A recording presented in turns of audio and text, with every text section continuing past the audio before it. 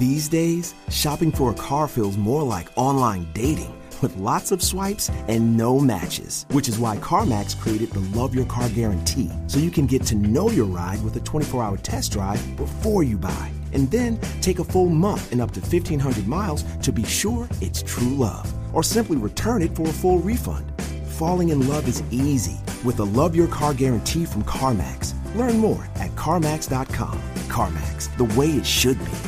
In a rapidly changing world, people wonder more and more about where their food comes from and how it was grown. The farmers who grow America's corn understand how important this is and want to share the stories from our farms of how we are working to grow an incredible crop that can be an answer to sustainability questions and is grown by men and women who value the air, water, soil, and our natural resources just like you. To find out more about how corn farmers are working to feed and fuel a vibrant economy and healthy planet, visit ncga.com. NCGA, a commitment to the future. Geico knows there are many reasons why you ride. From the exciting adventure of the daily commute to the peace of mind that Geico always has your back with 24/7 access to claim service and legendary customer service. But Pamela Mund had one reason in particular. My skin is extremely averse to most fabrics, except for the soft, buttery feeling of leather. Thankfully, I found my clan of leather lovers in the biking community. It's been life-changing. Geico Motorcycle. 15 minutes could save you 15% or more.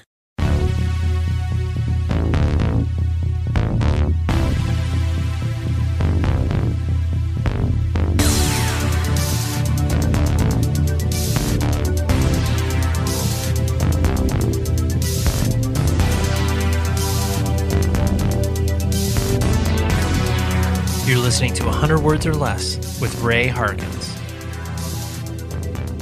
Hello, everyone, and I'm on vacation. I'm recording this a little advance, so I am on some beach in Hawaii, just chilling. But that doesn't mean the podcast stops running, right?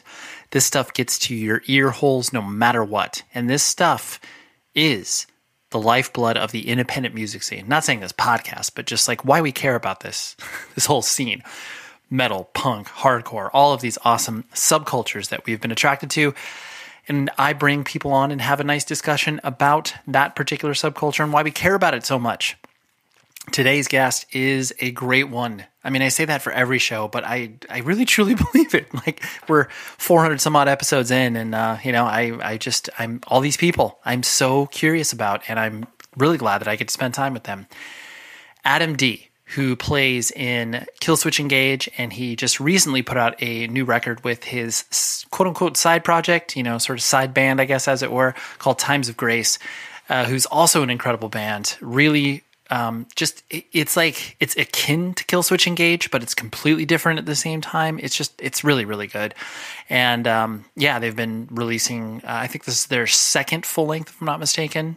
Please correct me correct me in the comments. There's no comments on this, but you get what I'm saying. I just love to dig in with Adam D because he also played in Aftershock as well. And he is a staple within the independent / heavy music community. And when the opportunity came up to talk to him, I jumped on it, and that's what we did here. So there's some things that you can do to interact with this podcast. You can email the show, 100wordspodcast@gmail.com. Always love to hear from you if you are enjoying something, if you bring up a guest idea. All of those fun conversations can be had over there.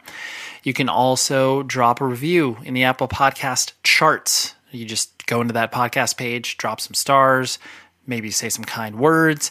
I would really appreciate that, and I know that you hear this pretty much weekly if you listen to the show on a regular basis, but if you haven't done it, I'm pointing at you. If you have not done it, please do it now, because it just helps the show add an air of legitimacy about itself. So please do that.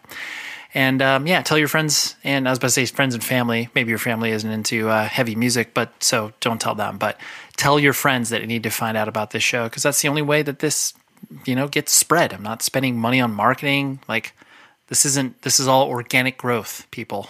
So the thousands of you that are listening to this right now, it's all because you were here and you were a willing participant, and I appreciate that. So let us talk to Adam D, and we go all over the place. I was really excited about this because we nerded out about the greater Massachusetts area hardcore scene, because he goes deep there, and my love for that scene goes deep as well. So here's Adam D, and I will talk to you at the end of the episode, telling you who's coming on next week. That's what I do. So here we go.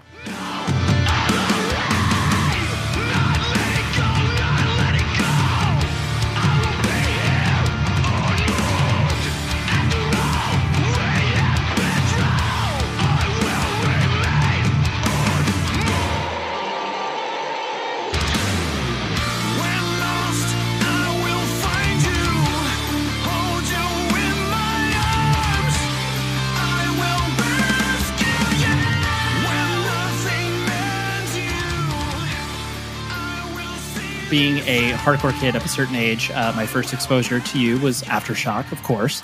Wow.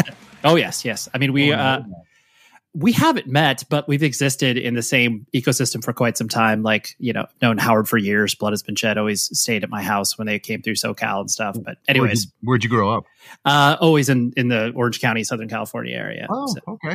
So yeah, played in a band called Taken, sang for them, melodic hardcore stuff. So we never played together, but again, same orbit. But yeah, so I enjoyed Aftershock and was always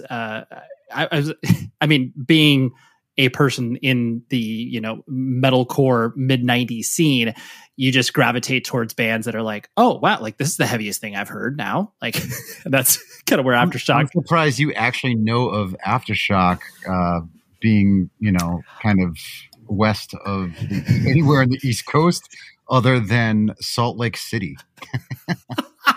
Dude, that is a very, very appropriate comment because, yeah. Am I right or am I right? Dude, you are very right. Like, it's yeah. very surprising to hear. Yes. So was aware of Aftershock because, you just consume everything that is of that ilk. And I think I remember reading a review and then probably ordering it from Very Distro or something like that. Yep, right. And obviously, because you guys never came out west, I never saw you. But then I was all over Killswitch Engage from the demo on. I just was transfixed with it, and then saw you guys. I want to say the 2000 Hellfest. I could be wrong, but whatever the first time you guys played Hellfest was, Yep. And the vibe could not have been more different from obviously Aftershock, but then seeing you as a person and you were up there having fun, smiling, like clearly that is not what most hardcore bands kind of project. Right. And I was playing drums at that time. Right. Yeah. And, I'm guessing, and this is maybe more of an overarching question, but I guess the self-deprecating nature of you and the juxtaposition of like, here I am playing this heavy music, but then I'm also a real human has always come naturally to you and you had no other mode to be? Or was that something that you kind of experimented with as you started to, be more of a human as you grew into, being in a band and stuff like that? Maybe I'm just a bit more punk rock than other metal dudes. I don't know, man. I just feel like don't take shit too serious, man. Like life is short. Have a good time with it. And, maybe in the beginning it was me kind of poking fun at all the egos within metal. And I kind of still do, it's a little underhanded jab at like people who think their shit doesn't stink. I think we're all humans and, I think we all do cool things and make huge mistakes and let's all hang out and have a good time, man. See how hardcore my roots really are, man. Ooh. Well, I think I completely see where you're coming from because it does that real, back and forth that I think most people go through. I mean, most normal people look at, hardcore metal and are just like, oh yes, these people are in constant agony and hate everything. And then when you actually get to know them, it's like, oh no, they're not. It's like, they're just normal people, but they're able to express themselves in this way. And I'm sure in some respects, subconsciously, you were also trying to push against that even further and be like, sorry, hey, no, it's okay. He's very excited about this conversation. Yeah. Right. But maybe it's like subconsciously you were also like, oh, not only am I like, reasonably well adjusted, but then I'm also on top of it, like just a complete and total, goof. And like, I want to make these things fun for myself and then hopefully other people. Right. Yeah. I think that's pretty much it. You nailed it right on the head there. Yeah. That's great. Well, you can come to my therapy sessions anytime you'd like, Adam. Yeah. But putting the focus on you as a person, I know you were born and raised in the greater Massachusetts area. I don't know kind of like your family structure as far as like, brothers and sisters in the house, mom and dad there. What did that look like for you? Well, grew up with one older brother, two younger sisters. I can definitely blame my older brother for introducing me to like the hardcore genre. He was a skater. He was into the local scene, and I became interested in it. I was listening to like metal, and he was like more like pushing the Misfits and the Dead Kennedys on me. and Minor Threat and stuff like that. And so, yeah, of course, it grew on me. And then, maybe that's where my combination of, hardcore and metal riffs came from, just that, it was just a weird time in New England, in the late 90s. I was just talking about this on an earlier podcast I did. It was just a weird time because you still had that that unacceptance of metal fans if you were a hardcore kid, and vice versa. Where like hardcore kids are like, I don't listen to Slayer, and then Slayer fans being like, I don't listen to Minor Threat. So it's just weird, I look back at that and I'm like, what the hell is everybody thinking, man? It's still aggressive music. Like, can't we just get along and dig it? And it's still pissed off, and yeah, shades of gray. Yeah, right. Well, it's funny it's funny you saying that. I don't know why this triggered this memory. There was that hardcore band called Rain on the Parade that was like, total traditional, like not youth crew, but they traveled in those circles. And I remember they had a song called Body Bag where it was like, and I think the lyrics were like, hardcore metal will never gel. We're sending your sound straight back to hell. And it was like, it's bullshit. Totally. Right. I mean, and like they definitely came at it from a tongue in cheek scenario, but at the same time, you are very right where it was this real demarcation line where it's like, you could go up to a certain point of liking something, but then you can't publicly profess it. Right. Or all your friends will make fun of you and like disown you. Like, don't call him next time there's a show, man. Like, whatever. You're out of the circle, bro. Right. Like, hey, dude, don't bring that drummer over because he literally has 2 bass drums. So we can't vibe with that. Yeah, right. Oh man. That's funny. And so you being kind of in the middle of all your siblings, were you, I guess like striving for attention? Did you kind of find yourself being an introverted kid? Where did you land on the spectrum? Massively introverted. Okay. Yeah, I was that awkward teenager that was just, the chubby kid that everybody would pick on. And I played a lot of Nintendo and listened to music. And I think once I took a real liking to guitar and bass and drums and actually started playing, it was a really cool moment in my life because I finally had like some sort of like direction, because obviously I wasn't into sports at the time. And I just, I was just kind of like that. I never really fit in, I guess, with any circles or specific, like this kid's like way into baseball and, like the popular jocks and all that stuff, So it's like, once I had music, it was like, oh, that's where I belong. And then automatically, like, you get more friends of that variety, and then you kind of find yourself, and that became like my main, what I live for, Mm-hmm. Yeah. Well, it's you describing it too. I think you probably were able to bounce around to a lot of different friend groups because, you probably were not threatening where it's like, oh, Adam's kind of a fun guy. So like, yeah, we'll hang out with him. But then it wasn't that deep bond where it was like, oh, we have to invite Adam to everything because like, I don't even know if he actually likes this thing that we're into or whatever. Right. Yeah. Exactly. Right. So I guess that's what I'm saying. When music really became a big part of my life, then it was very apparent, what circle I would stay in and hang out in. Yeah, you found your tribe, as they say. Right, exactly. And so the introversion, how was that playing itself out? Were you literally just being like, "Hey, I'm in my room reading books, being an art kid," or was there, other paths that revealed itself beyond, once music subsumed you? Other paths? No, not really, man. It really was just like, I loved video games. That was my life. That's all I did was play video games. Yeah, video games and music. That was pretty much my upbringing before college. Yeah. Right. What was your entertainment system of choice? Well, obviously, once this is how old I am. Once the original Nintendo came out, that was like, cool. This is the greatest thing I've ever seen. I'll never ever do anything else with my life. Right. Yep. And then what was the order? It was like Nintendo, Sega Genesis, and then Master System that was in there. I mean, that predated Sega Genesis, but yes, and mainstream. And then the Nintendo 64, and then the or Super NES. I'm sorry, and then so it's just like that was, it's just so time consuming because all the games were super sick. Right. And especially how frustrating they were from the Nintendo Entertainment System of like, I'm sure you remember the game Ghosts and Goblins, where it was hands down, like still to this day, one of the hardest games I've ever played, but you're just like, I have to try to beat this level. Yep. And then 8 hours later, oh gosh, what did I do? And all the games that like don't have like save. So I just like leave the system on overnight and then try again from that level the next day. And like, oh my God. Yeah, your sister turns off the system, and you're just like, I hate you. I disowned you. Kill Like, you. You're dead to me. I'll never talk to you again.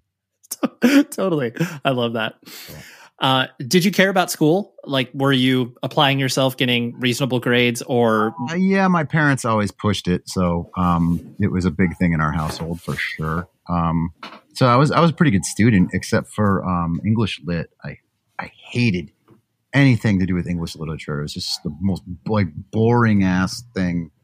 I couldn't think of anything more boring to read than English literature. Oh my God.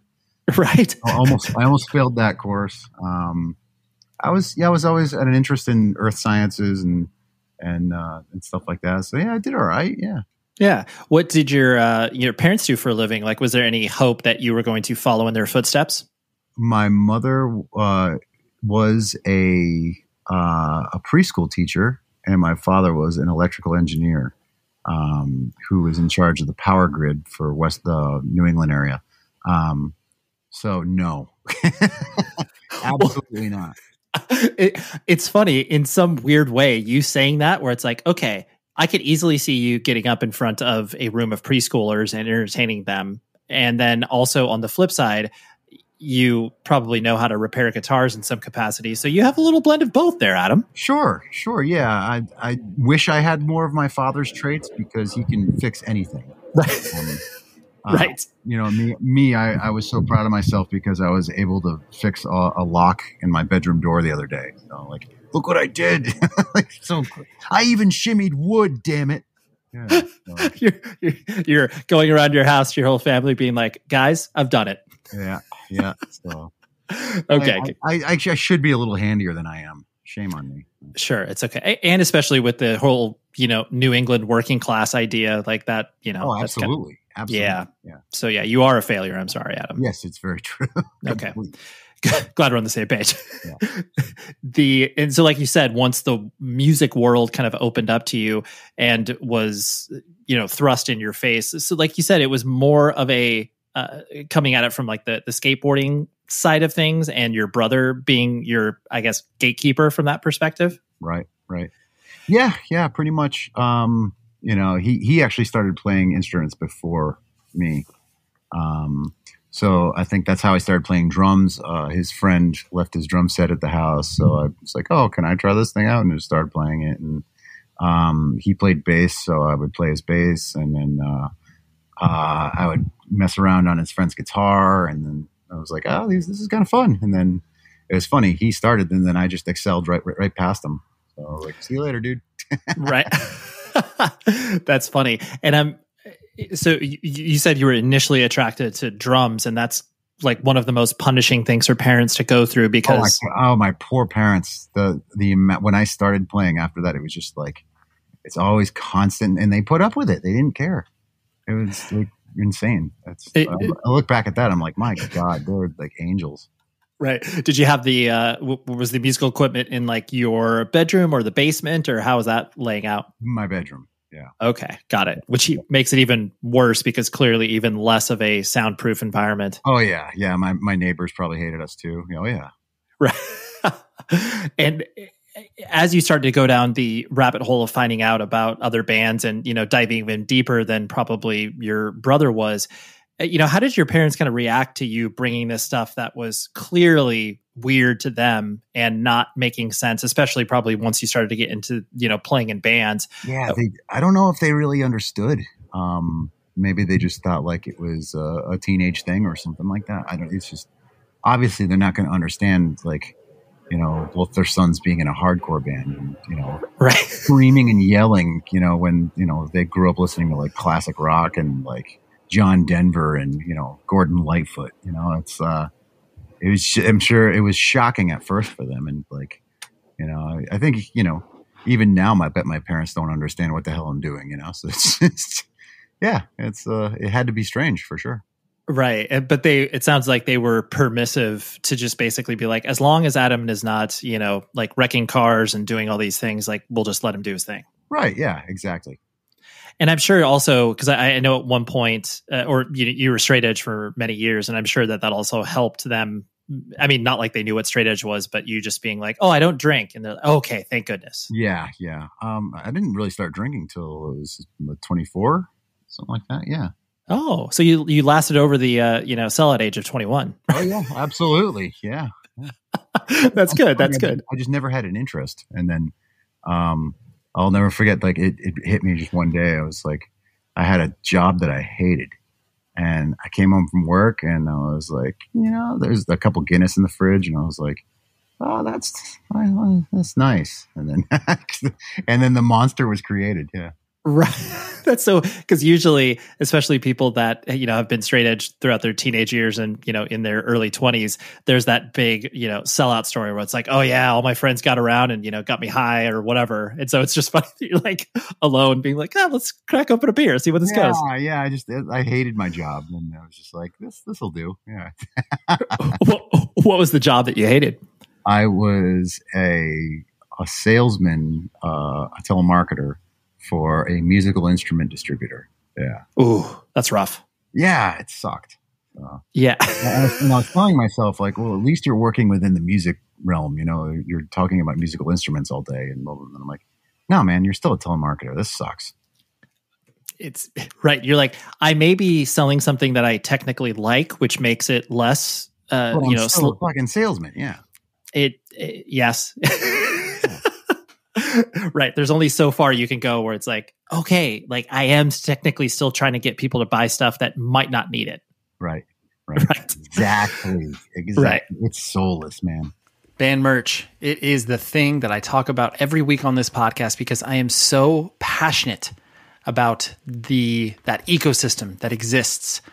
And Rockabilia.com is a crucial hub to that ecosystem of you supporting bands, you getting cool band merch, and then in turn, everybody wins. The podcast wins, the bands win, Rockabilia wins, you win. You as the ultimate consumer. So use this code, 100 words, that gets you 10% off of your order. And Rockabilia, just the best place that you can buy merchandise on the internet, bar none. Fast shipping, so many items. You can't even begin to scratch the surface. You can probably spend hours in there and just be like, wow, what about this band? Oh, wow, here's all this, rad long sleeve shirts, hoodies, whatever it is. They've got so much cool stuff. Like search for Killswitch Engage. You will find great band merch there and all officially licensed. The bands get paid. Like I said, it's a virtuous cycle. Everybody wins. So again, use this code 100 words. That gets you 10% off your entire order. 10% off that's nothing to sneeze at. Okay. So go to the website, rockabilia.com, use the code 100 words, and you will be winning, my friends. The air we breathe, the water we drink, the soil that grows food for our families. These basic elements are essential to healthy, happy lives. America's corn growers think so too. Across the country, they're pitching in every day and doing the work to produce food and fuel that is healthy in a sustainable way. Go to ncga.com to learn more about how corn farmers grow a more sustainable future for us all. That's ncga.com.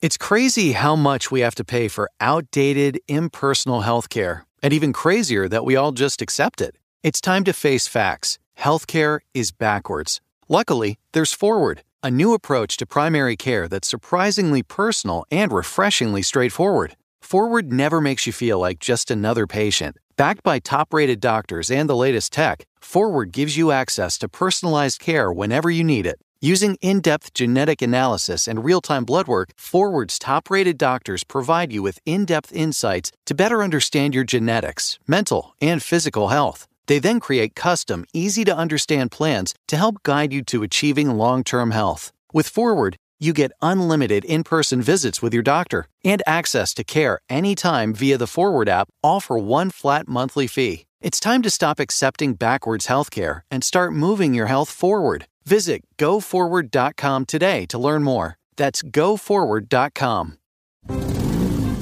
Geico knows there are many reasons why you ride. From the exciting adventure of the daily commute to the peace of mind that Geico always has your back with 24/7 access to claim service and legendary customer service. But Pamela Mund had one reason in particular. My skin is extremely averse to most fabrics, except for the soft, buttery feeling of leather. Thankfully, I found my clan of leather lovers in the biking community. It's been life-changing. Geico Motorcycle. 15 minutes could save you 15% or more. And so I know you went to Berklee College of Music, and you know that was the whole trajectory for you, being like, I'm going to be a musician, whatever that may mean, in whatever shape and size.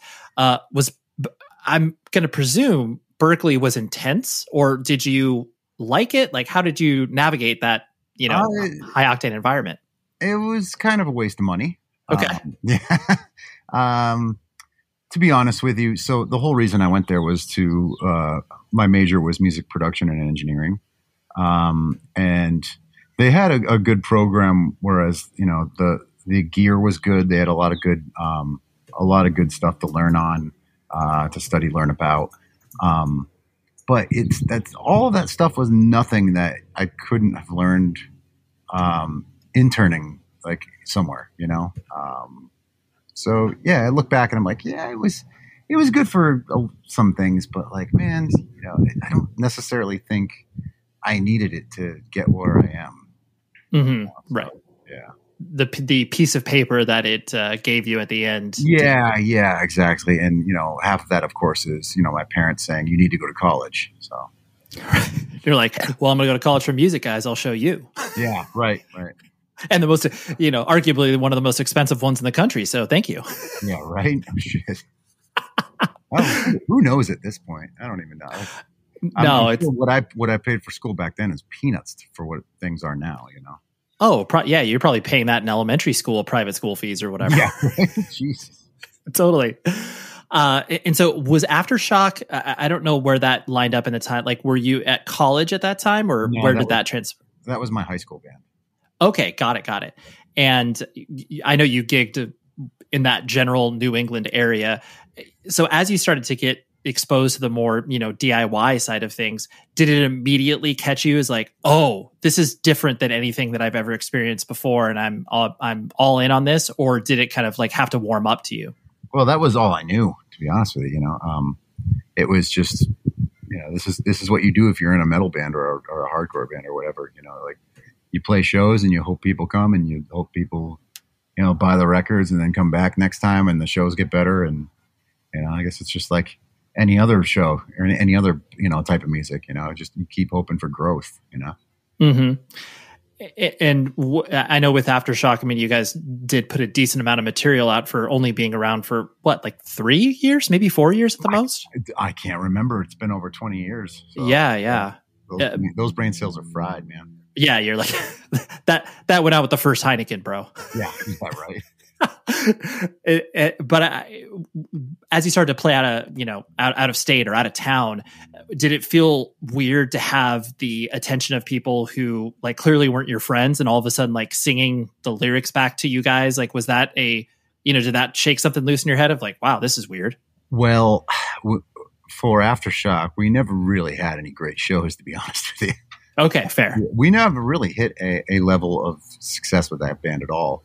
I think the craziest thing that ever happened to that band was the fact that we got asked to play Japan, which was just bizarre because we couldn't sell, 50 tickets in a U.S. market, So, right. And then we fly across the world, and then we're playing these sold out 350, 400 cap venues, and I'm just like, what the hell?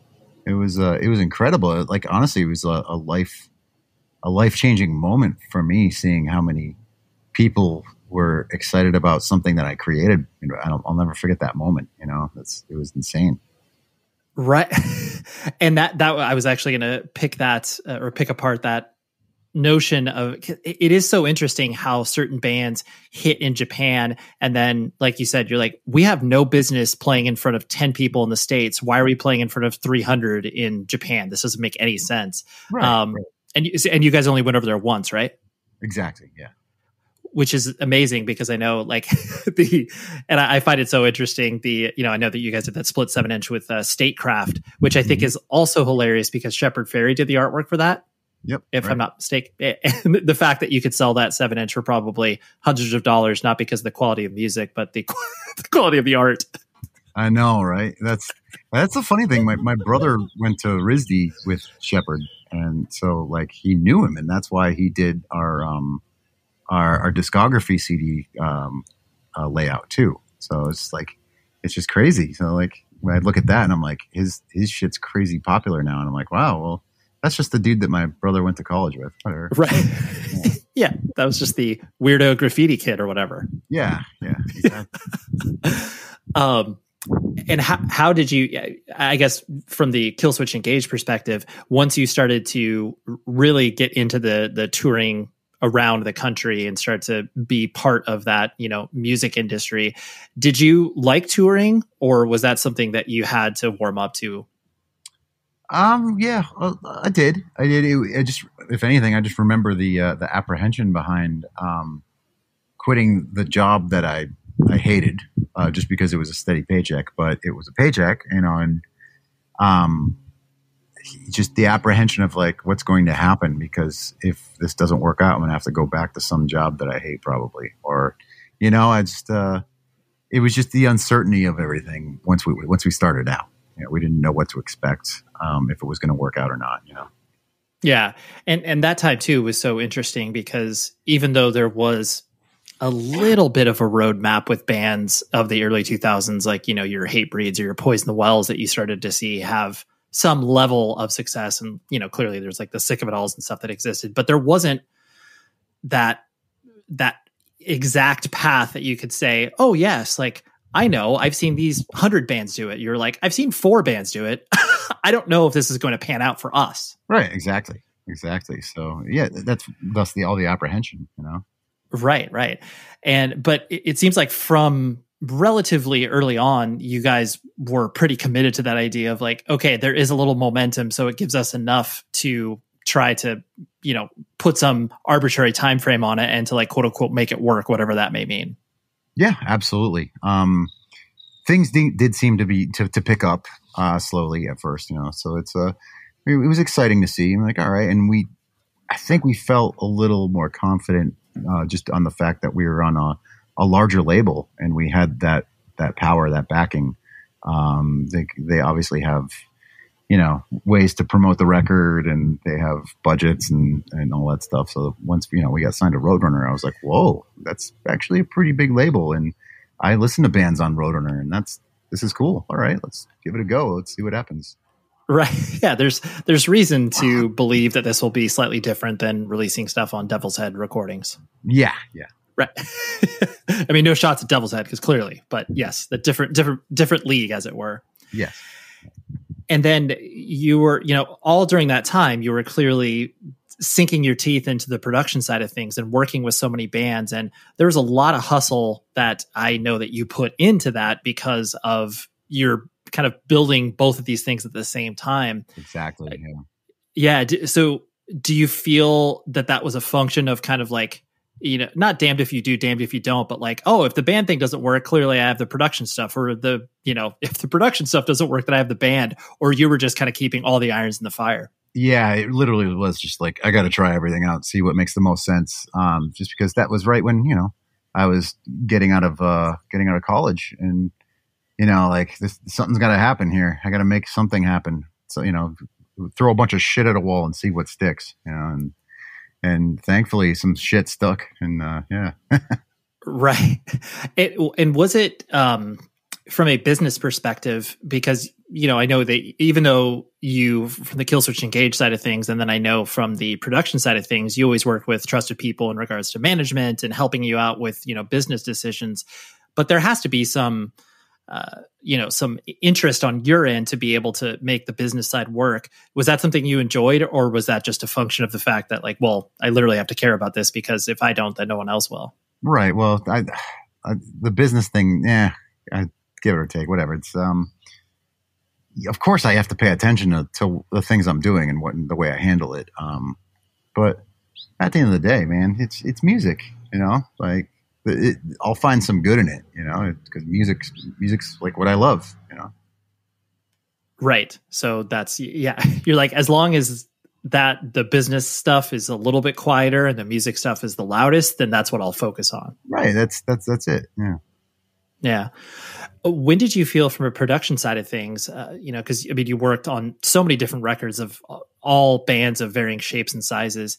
When did you feel like, I guess people were paying attention to you, where it was like, wow, I'm booked out for, 6 months or something like that? Or was there even maybe a smaller moment that you realized, wow, this has momentum?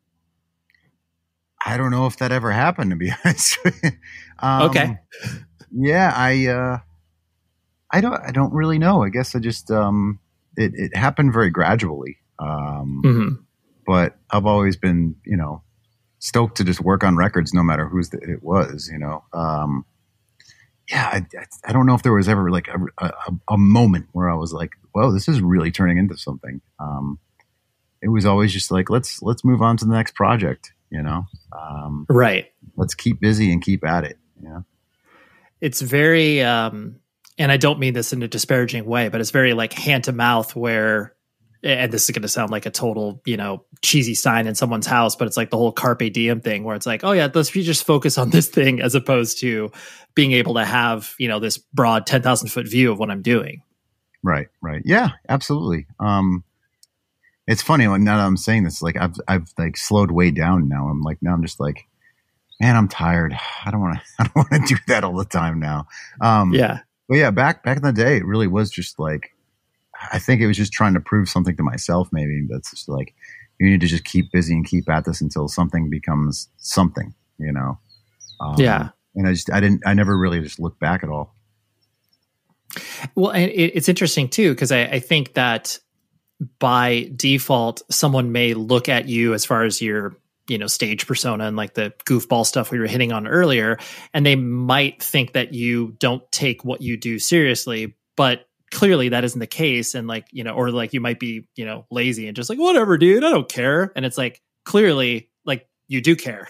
Well, there's a time and place, there's a time and place for everything. When you're at a show, I feel like if you're going to get on stage and try to be, completely just, try to cut everything apart, and you're going to sit there and just tear apart everybody's performance. And like, that's not what people are doing in the crowd. People are there to have a good time and just, feel the music and feel the vibe, and, maybe like forget about their job for a minute and have a couple beers and yell. And, so that's pretty much where my brain is when we're playing a show. Yeah.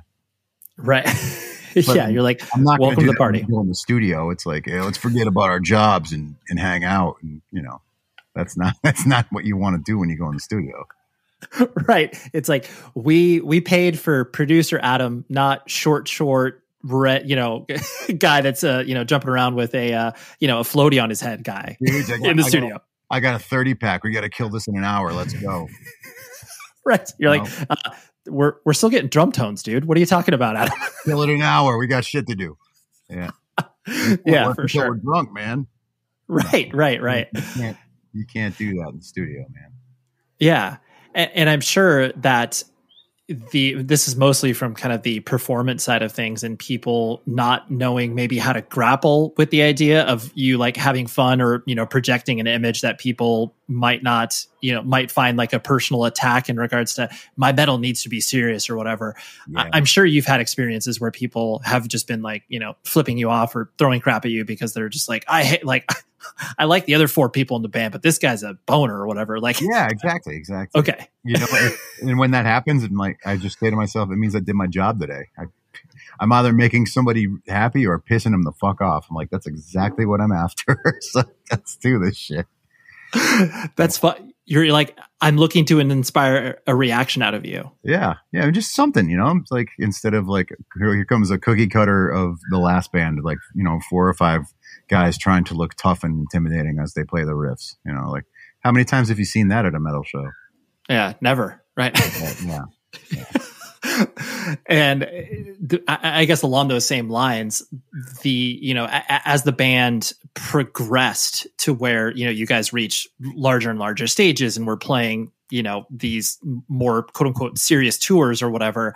Like, did you feel, not like you had to modify your behavior, but did you feel where it's like, okay, like I'm going to read the room and I am not going to, ham it up as much as I normally do. Like, how did you kind of navigate that? Because clearly that is who you are as a person, but how did you? Obviously you always read the room.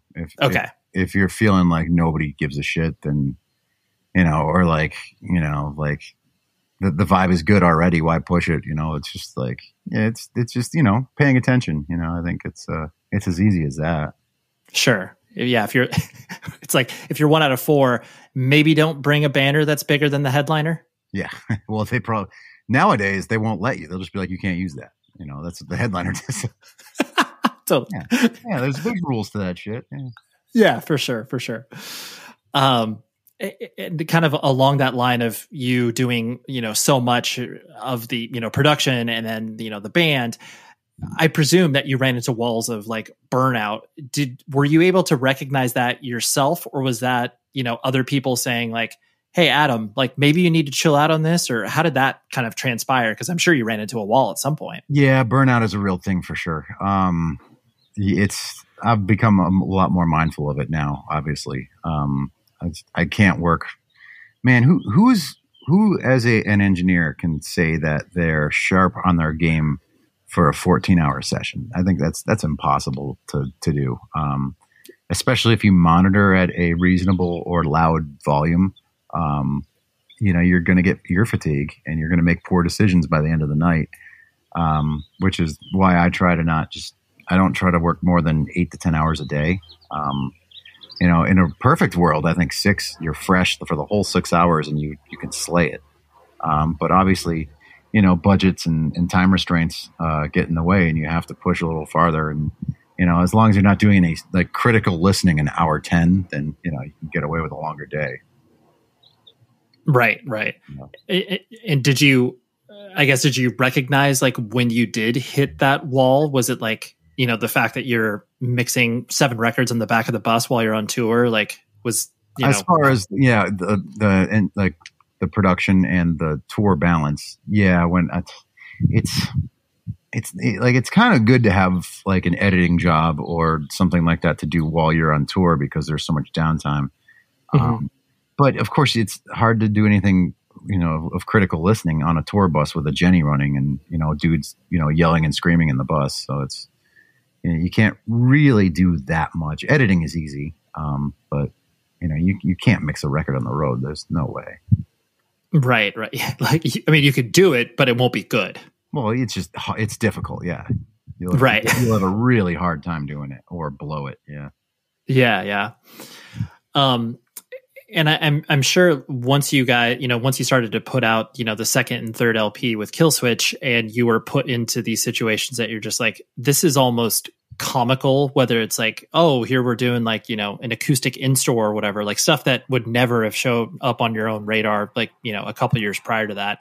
Do you have any standout moments that you think of? Like, it doesn't even have to be something that was like, wow, this is really monumental, we did this, but, in some of those weird situations that you never thought you'd be in yourself. Yeah. I guess Times of Grace had to do something like that. That was really awkward. Like an acoustic in-store? Yeah, we did an acoustic thing for Apple Music. And oh, sure. We did one for either Spotify or Pandora. I can't remember. I forget. That was over 10 years ago. Yeah.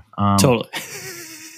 And like, it's always awkward to do like record store signings and stuff like that. We've had some go awry where like nobody showed up and like, all right, good signing, guys. That kind of thing. So, it's like a Spinal Tap moment. Yeah, exactly. So, we've definitely had those, but not too much, That's good that you. We've been lucky enough. I think most of our press has been great. Most of the stuff we do, it's like, we stick to playing shows and, doing interviews. Yeah.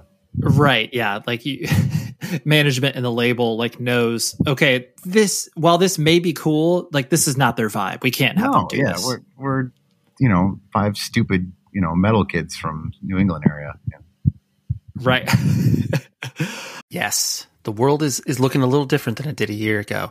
And, this summer we have things to look forward to, maybe a road trip and maybe some other trips in your near future. But the thing that I bring everywhere with me is my Raycon earbuds. And this is no hyperbole. Straight up, they are the best headphones that I have ever used in my life. I use it when I work out. I use it on my daily walks. I use it on my phone calls. I use it everywhere. And what's amazing about them is they have 24-hour battery life, and it's super easy to connect to whatever device you are using, whether it's your computer, your phone. I love these things so much, and they have made a huge difference in my life. So here, Raycon is offering you, the listener of this very podcast, 15% off all of their products. And here's what you have to do to get it. Go to buyraycon.com/Ray. That's my name, R-A-Y. And that's where you'll get 15% off your order and your entire order. That's what's awesome about it. And it's such a good deal because you're going to want to get probably 2 pairs. That's what I have personally. I got the black ones and I have the blue ones.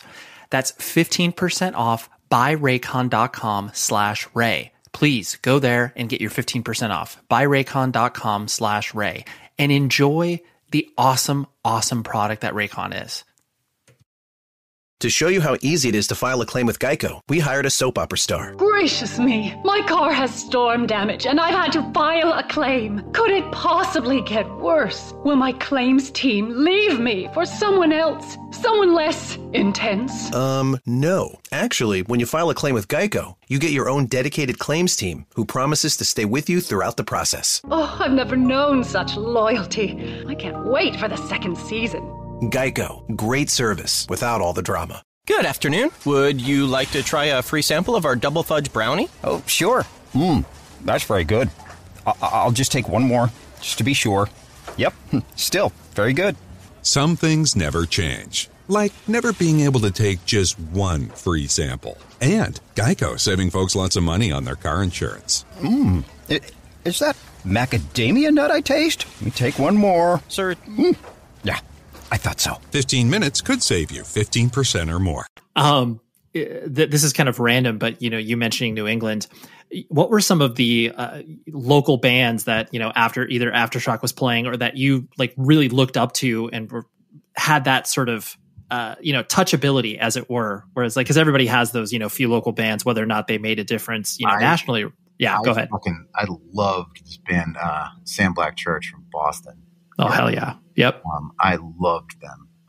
So it was, we played shows with them, and whenever we did it, I was like, this is so cool, man. Oh my God. So they were definitely right on top. They were my favorite for sure.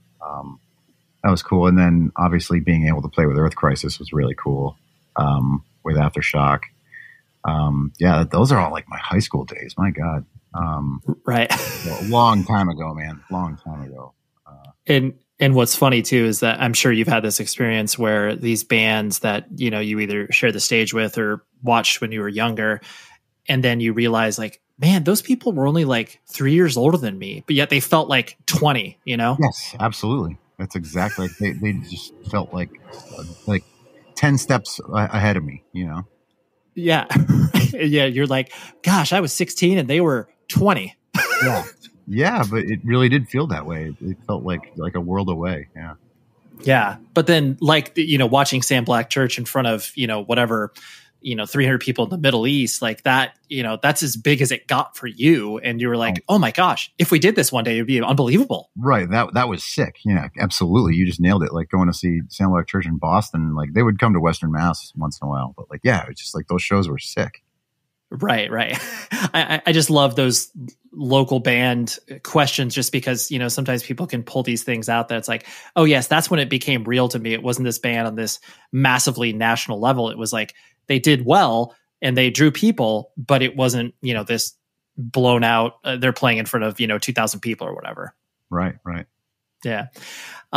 It also seems like the through line in all of the music that you have done, even if we're talking about, Sweatpant Boners, where there is a, you always have to be playing something, metallic or heavy. And I'm sure that you have probably, sampled around with other stylings in general. Is that just something where it's like, there's no way that I can do something else because this is just what naturally comes out of me? Well, nowadays, no, because that new Times of Grace record we're just putting out, there's not really much metal to it. That's true. There are a few songs for sure, but there's moments in there that like I was saying earlier on a different interview that this is outside of our wheelhouse, and it feels really good to do it. It's kind of like we have such freedom to do and try whatever we want with this project because there really aren't any expectations. So it's just great to be able to like do some mellower stuff and, to try different vibes. And like, I think that's why we had such a good time on the first record that we did, because there were such quiet moments and we never do those with Killswitch Engage. And it's just a different vibe. So, no, I'd say not everything I do is metal all the time. Obviously, like if I went to Berkeley, I had all these contemporary studies where I had to play jazz standards all the time. So so like, yeah, not everything I do has to be complete metal all the time, but that's obviously a lot of fun for me to do. I love metal, and aggressive music. So yeah. Yeah, no, and definitely not trying to paint you in a box, but it just the through line that exists with all of your musical projects. Like I said, I mean, even if you're looking at like, this is a deep cut, but like Burn Your Wishes, where it's like they just that idea of like, there's always still an aggressive nature to it because that's just what you are able to, really hone your focus in on. And even if it's not all that all the time, there's still a, connective tissue to it. It's not like you're going to wake up one day and then all of a sudden, be, Zed or an EDM artist or something. Right. No EDM here. No way. Yeah. Have you ever thought about the idea of like, sort of score music composition stuff like that? Or is that something that just doesn't interest you? Yeah. There was a moment where I was thinking like that could be a career opportunity if the band didn't work out. I was thinking of maybe even doing like a secondary major at Berkeley, film composition, because it's always interested in me. And like I said, I just love making music. So yeah, it's an interest, but it's something I've never really pursued because the other things just kind of panned out. So of course, yeah, they take up your time, right? Yeah. What I'm sure, like you mentioned, when your parents were trying to wrap their head around what it is that you do, and still probably having some confusion on like, I guess my son would be defined as a musician. Like that's, I guess, what he does.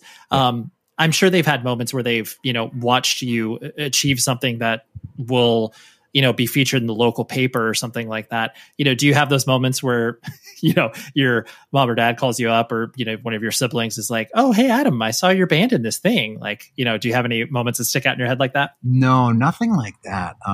To be honest with you, I don't think they pay much attention to what I do as far as okay. Metal music. It's not like they're going to go home and listen to like Rain and Blood on vinyl. You know what I mean? Yep. It's just, I don't think they really pay attention to metal. But, they always ask what I'm up to and all that. And I'm sure, they just know my life is kind of crazy compared to what they're used to, before COVID, they always knew me as the guy that was always flying somewhere or playing some city or, doing something crazy one day. And you know what I mean? So it's, right. Yeah. You were the traveling circus. Yeah, pretty much. Yeah. Right. What? Because I know you've lived in San Diego now for the past 6 years or so, or is it a little bit longer? Yeah, about that. Yeah. And what pulled you out here to the right coast, in my opinion? Well, yeah, I know, man. Now that I'm here, it's so funny. I always complain about the cost of living here, and it's like, my God, what am I doing? I'm pissing my money away living out here, and then I'll travel anywhere else in the world, and I'll be like, a day later, I'll be like, I miss home. I want to go back to Southern California. You know what I mean? Like, it's totally worth the money. I got to go home. it's got everything I love, man. Like I love being outside. I'm an outdoor enthusiast. I love hiking. I love the ocean. I love camping. It's my shit. I just love being outside. Really does something for my soul. And you can do it year round here. Like I'm not even every day you can be outside in Southern California, and you can't really hang out outside for like more than half the year in New England. Either it's way too humid and you're just going to be covered in your own sweat in like two minutes, or you're going to die because it's like -20. Right. So it's, obviously there are things I miss and love about New England, mostly the people. Obviously, autumn is like the most incredible thing in the world there. I miss my family, but there's nothing like Southern California, man, until a wildfire eats my entire house. And until that happens, Yes, there are always downsides in living anywhere. I know. Yeah. But yeah, I always joke around with friends that live across the country. I'm like, yeah, we pay a lot of money to live here to not have weather. Like we just have a temperament. That's all we have. Exactly. And people are like, oh yeah, you're right. It's the most incredible craft beer, industry in the entire world, if you ask me. Like, oh, absolutely. Yeah, Germany, it has its history, but yeah, God, San Diego beer is, if you're an ale drinker, you can't beat it, man. Oh, for sure. I mean, coming as a 40-year-old straight edge kid, even I know that. Yeah, see? Exactly. Yeah, I know what's up. Yeah. Stone Brewing, well aware. Yeah. My girlfriend works there. So. Oh, hell yeah. There we go. That's incredible. And so now, like you said, you have been able to slow down either for energy purposes or the idea that like, okay, I'm not going to spread myself as thin as I once, was when I was producing, band, touring, all that stuff. Right. And then now it seems, with Times of Grace, that the fact that you can practically just do this whenever you want to, thankfully, like where you have labels that are, willing to support you and obviously get your music out there. I'm going to presume that that's really, really gratifying, that you don't have to feel like you're part of a, particular machine to be like, all right, every 2.5 years, I got to release a record, like, because that's obviously what Killswitch Engage is like, and not in a bad way. That's just the way that it is. No, this project is completely a labor of love and almost like cathartic, because it kind of showcases the painful side of both Jesse and I. So it's different for those reasons, and like I said, we have such freedom with the project. We can toy around with different sounds, and I can write a song that's completely different than anything else I've ever written. And just have a good time doing it. Right. Yeah. It's like, yeah, we're going to really lean, like, honestly, it's not too dissimilar to the, and not comparing you guys sonically, but like, the Demon Hunter guys, it's so interesting that they can just, kind of do this whenever they want to. And yes, of course, they've been very prolific and released a lot of records, but they don't have to do this, but they do this because it's like, well, like we just like it. Right. Yeah. And then you could do the same thing where it's like we can't fit this into the Killswitch Engage, slate of songs, but we can just do this, sort of tangential weirdo stuff on the side, and people will hopefully care about it in some capacity. Yeah. And that's the thing. Like, we were lucky enough to do the touring on the first record, and some people actually showed up to the shows, and it was really amazing to see. But there really aren't any expectations, so I don't feel the pressure to tour. If we get the chance to do it, yeah, I'd love to do it again. Because like I said, that the first set of tours we did on that first record were just like so much fun. Just so different. And it was really rewarding. Yeah. Right. And for a person like yourself that has played so many shows, for you to still find a new experience within the context of that, like that's really exciting. Yeah. I think I've played End of Heartache enough, Yeah. It's nice to play another song other than End of Heartache and My Curse. And, Right. Yeah. You're like, I've played that song 400 million times. Yeah. I could probably play those in my sleep. It's right. It's so many, but that's the thing. Not everybody like listens to that song every day, and not everybody, has seen that song live. So it's got to be a part of our sets, and people like it. It's one of our more popular songs, so it's not like we can't play it. No. Well, that whole notion, like once you create art and you put it out in the world, it's not yours anymore. Right. And exactly. You have that experience where it's like, okay, like this is not my jam anymore. I'm not saying that you said that, but like this is, I don't want to play this ever again, but like it's not mine anymore. Right. This is yours. And hell, it's still my favorite song to play live. Is if the crowd is going off, then I'm like, this is killer. All right, never mind. I don't mind playing the song for you guys. You seem to really enjoy it, so this is great. Yeah, totally. Yeah, hey, that's all that matters with any show. It's the crowd reaction. It's that, for me, it's that connection between you and the people that are standing right in front of you, hopefully having the time of their lives. Yeah, no, that's a really good point. Like a crowd's reaction to a song can bring it back to life in ways that you're like, oh yeah, I thought it was over that, but no, apparently I'm not. 100%. Yeah. Yeah, that's interesting. Two last things I want to hit on. One of them is really funny. And I just, anytime I'm doing, I use maybe air quotes research on these conversations I'm going to have. Anytime this pops up, I just laugh, where it's like, I'm sure you've seen this when like you're Googling a person's name and it has like this celebrity net worth where it's like, there's like literally website. Man, somebody told me I was worth like millions. Dude, yeah, totally. You're worth $8 million. And I just wanted to make sure. Yeah. Shit. I want to make sure you're aware of that so you can go to the bank to let them know that. So, oh man, do you know how stress-free my life would be if I was worth it? I'd be like in such a better mood all the time. Oh God, that would be great.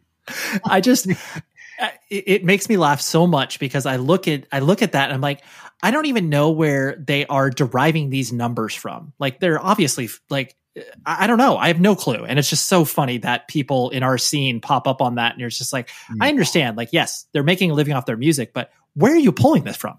And the reality is I've been like losing my mind the past year over like my financial future because we aren't touring, and like what the fuck am I going to do? Thanking God that my girlfriend has a great job, and he's like, oh my God. But yeah, I'm definitely not worth $8 million. That's a pretty impressive number, man. I know. I just want to sell a lot of freaking records for that, man.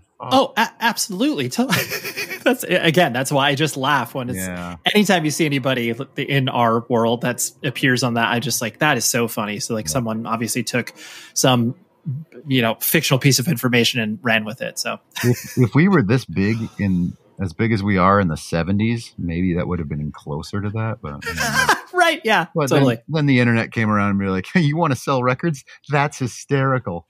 Yeah, that's cute. We have these things called MP3s that can be shared everywhere. Enjoy. Yeah. Suck on that, you loser.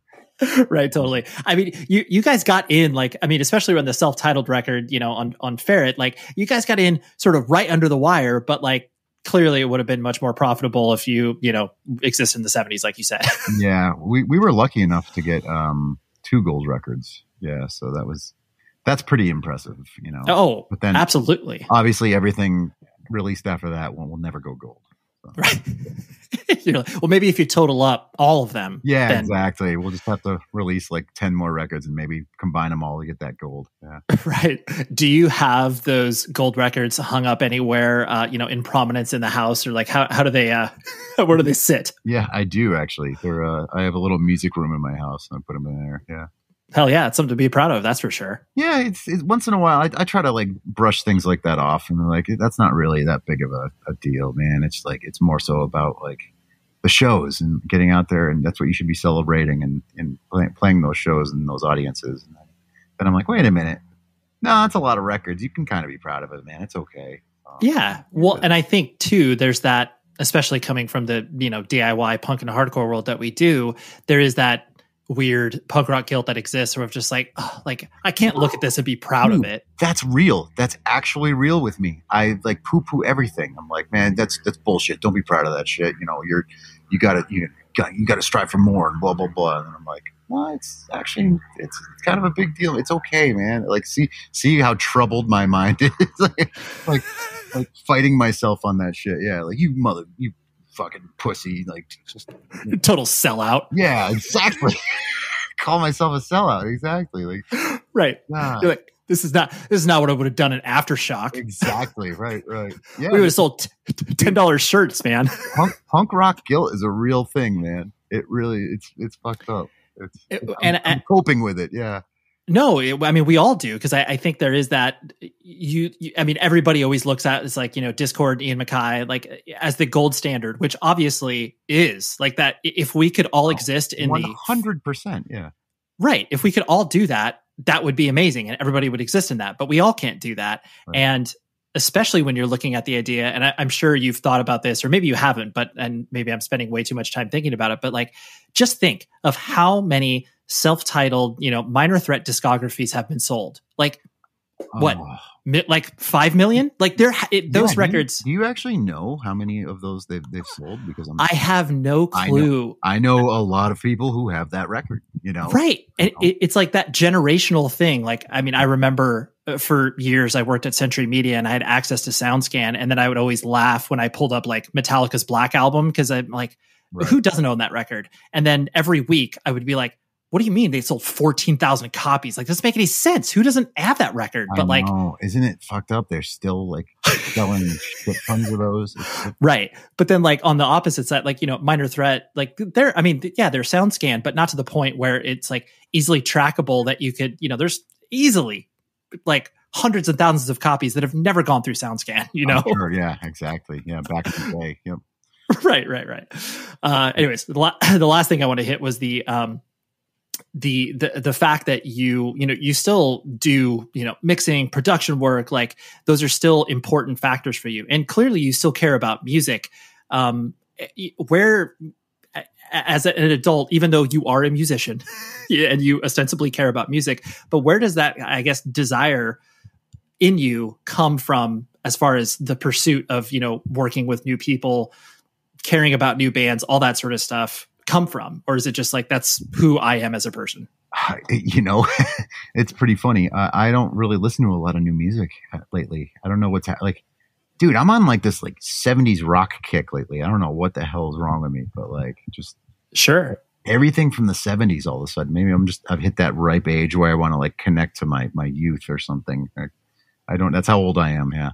It's right. It's weird. Like all like the old, like just down dirty ass rock and roll.